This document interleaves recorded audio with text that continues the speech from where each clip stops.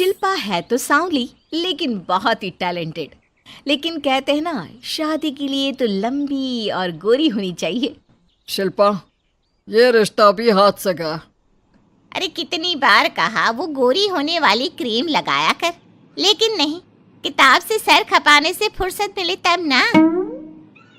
तू ही क्यों नहीं इसके लिए उपटन तैयार कर देती? शर्मा जी की बेटी का कम रेट में कितना अच्छा रिश्ता हुआ है। इसकी तो उम्र के साथ ही लड़के वालों की डिमांड भी बढ़ी जा रही है।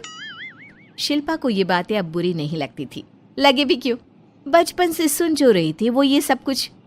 उसके लिए ये तो मात्र एक कान से सुनना और दूसरे कान से निकाल देने वाली बात थी। फिर एक रोज, पापा मेरी नौकरी लग गई है। वाह, अच्छा, कहाँ बेटा? न्यूज़ चैनल में पापा, खबरों को लिखना होगा। हाँ, वैसे भी तेरे जैसी सांवली शक्ल की लड़की को कौन पर्दे पर आने देगा, क्यों?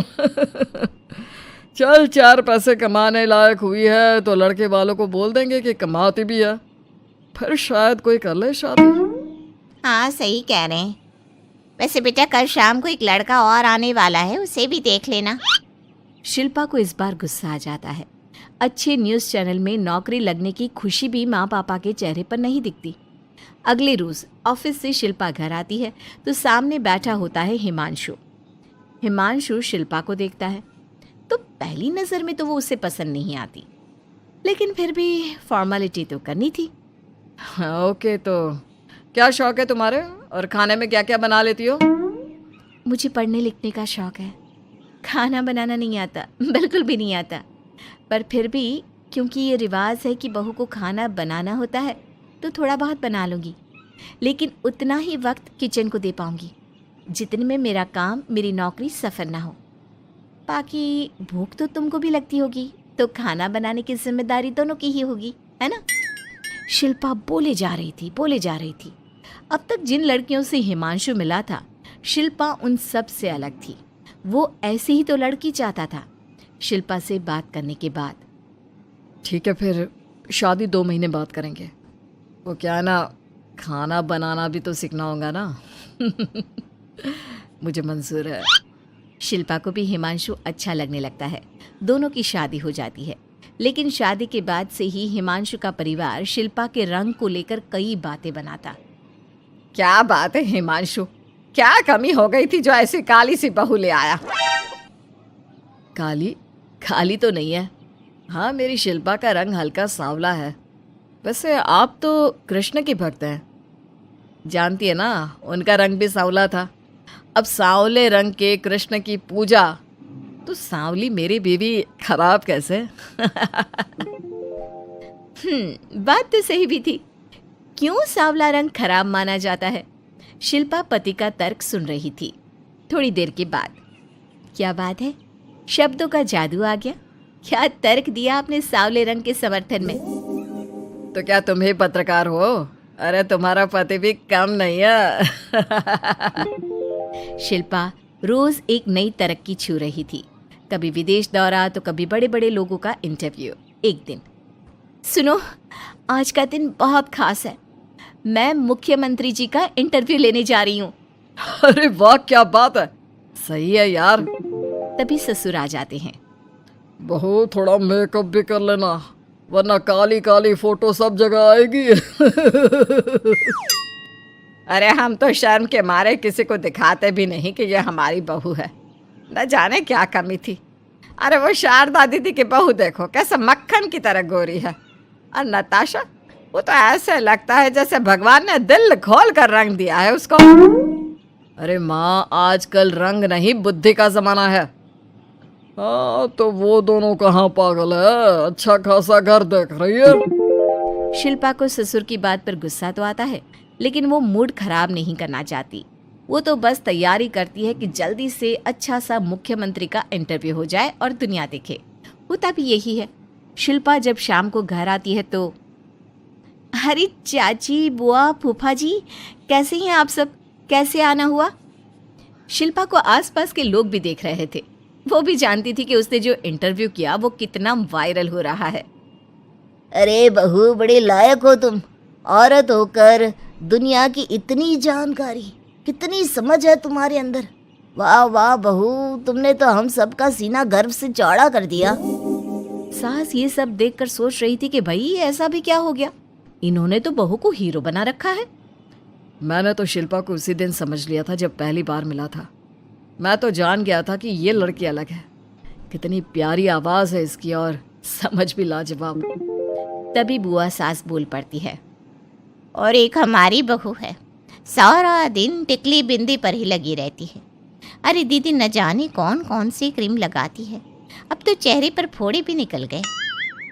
कितनी बार कहा कुछ पढ़ाई आगे करके दुनिया में नाम कमाओ, लेकिन नहीं, बस सारा दिन शीशे के सामने खड़ी रहेगी। कोई बात नहीं फूफा जी, वो भी किसी की पसंद हो सकती है। हम लोगों का क्या, एक काम अच्छा कर दिया तो पूछ लिए गए, नहीं तो जमाना तो गोरी सूरत की ही तारीफ करता है। क्यों माँ जी? हाँ हाँ, वो क्या है ना, मैं ज़रा पानी लेकर आती हूँ, तू बैठ बहू। हाँ हाँ बहू, तू तो बैठ। वो क्या है ना, आज तो तुझसे बहुत सारी बातें करनी है। ये बता, कैसे दिखते हैं मुख्यमंत्री जी सामने से? जैसे टीवी में दिखते हैं वैसे ही दिखते हैं क्या? आए दिन लोग शिल्पा से मिलने आते, उसे अपने स्कूल या दूसरी जगह पर चीफ गेस्ट बनाते। ये सब देखकर पति तो खुश होता, लेकिन सुंदर बहू का सपना सास की आंख से उतर ही नहीं रहा था। फिर एक रोज, शिल्पा, पापा कहाँ है? माँ जमीन पर गिरी पड़ी है, वो बेहोश हो गई है। शिल्पा की सास को गंभीर बीमारी हो जाती है और फिर आप लोग अपनी माँ की किसी बात को मना ना करना, उनका दिल कमज़ोर हो चुका है। दिल में कोई बात लगेगी तो उनके हार्ट अटैक आने के चांसेस हैं, तो समझ रहे हैं ना? कुछ दिनों में ठीक होकर सास घर आ जाती है और फिर एक दिन, देख बेटा, मैं मरने से पहले एक सुंदर बहू का चेहरा देखना चाहती हूँ। अरे मैं नहीं चाहती कि तू इस काली कलूटी के साथ रहे, छोड़ दे इसे।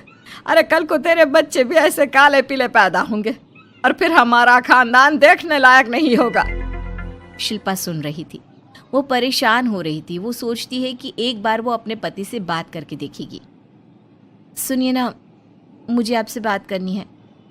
मुझे भी शिल्पा, मैं माँ के बिना नहीं रह पाऊंगा, तुम समझ रही हो ना? शिल्पा को दुख होता है, लेकिन वो क्या करती। वो हिमांशु को तलाक देने का सोच लेती है और फिर शिल्पा, माँ की हालत फिर खराब हो रही है, क्या करूं? माँ को सबसे बड़े अस्पताल में भर्ती करना होगा। लेकिन वहां तो बेड के लिए बड़ी बड़ी सिफारिश करनी पड़ती है।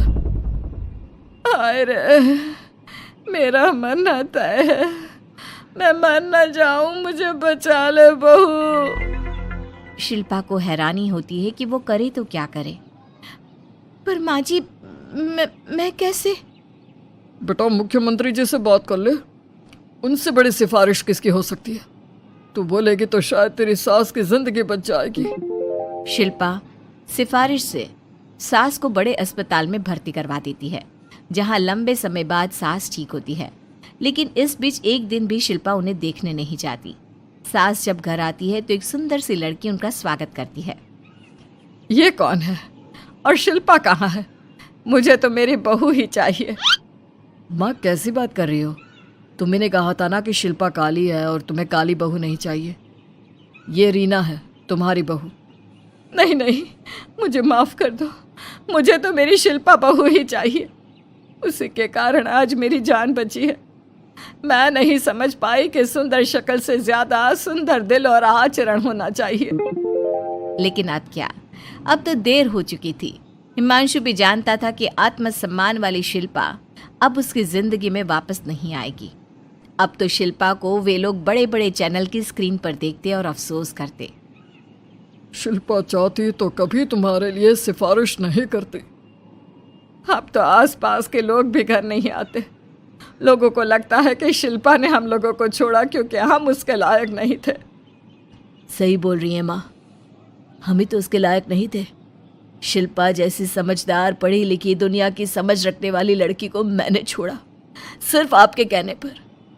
अब ये गोरी लड़की आपकी बहू हो सकती है, लेकिन मेरी बीवी कभी नहीं।